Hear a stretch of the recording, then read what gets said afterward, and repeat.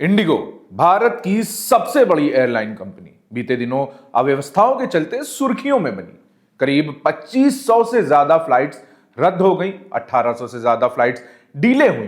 पूरे देश भर में सिस्टम अस्त व्यस्त हो गया। कोई अपनी मां के अंतिम संस्कार पर नहीं पहुंच पाया तो कोई अपनी ही शादी में नहीं पहुंच पाया।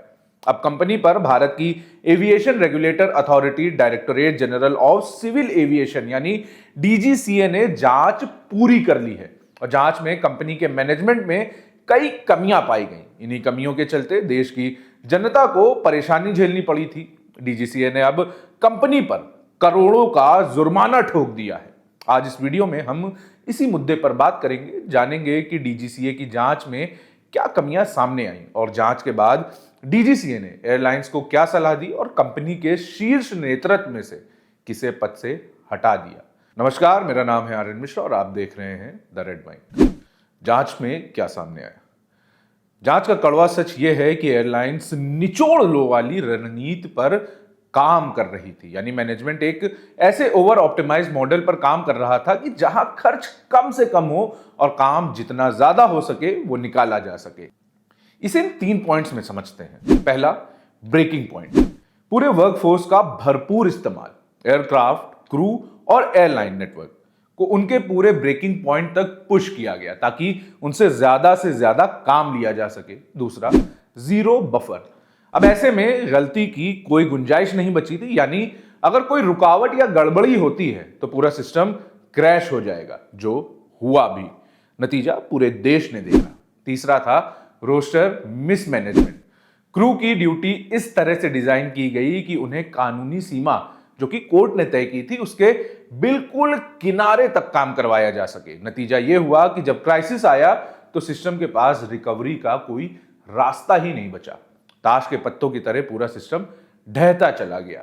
जो जांच हुई है इसमें सीनियर मैनेजमेंट पर गाज गिरी है। डीजीसीए ने जांच के मद्देनजर कंपनी के सीईओ पीटर एल्बर्स को फ्लाइट ऑपरेशन और क्राइसिस मैनेजमेंट की देखरेख में कमी के लिए चेताया है। साथ ही चीफ ऑपरेटिंग ऑफिसर यानी सीओओ आइसेडाई पॉकेस को भी revise flight duty time limitation यानी एफटीडीएल के प्रावधानों के असर का आकलन करने में नाकाम रहने के लिए चेतावनी दी और ऑपरेशन कंट्रोल सेंटर यानी ओसीसी के सीनियर वाइस प्रेसिडेंट जेसन हर्टर को उनके मौजूदा पद से हटाने का निर्देश दिया है। बता दें कि एफटीडीएल ये सुनिश्चित करता है कि पायलट्स और बाकी क्रू तय समय से ज्यादा काम ना करें। इसका पूरा मकसद ये है कि यात्रियों की सुरक्षा से समझौता ना हो। डीजीसीए ने एयरलाइन पर करीब 22 करोड़ 20 लाख रुपए का जुर्माना लगाया है। इंडियन एक्सप्रेस की रिपोर्ट के मुताबिक यह डीजीसीए के इतिहास का अब तक का सबसे बड़ा जुर्माना है। गौर करने वाली बात यह कि यह रकम इंडिगो के एक दिन के औसत मुनाफे से भी ज्यादा है। अब इंडिगो पर जो जुर्माना लगा है उसका ब्रेकडाउन समझते हैं।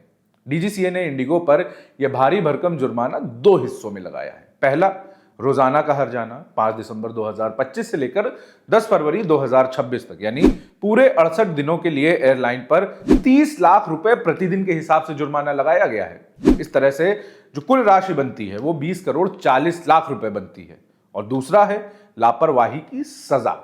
एयरलाइन के मैनेजमेंट और सिस्टम की बड़ी खामियों के लिए 1 करोड़ 80 लाख रुपए का जुर्माना, जो कि वन टाइम जुर्माना है, वो लगाया गया है।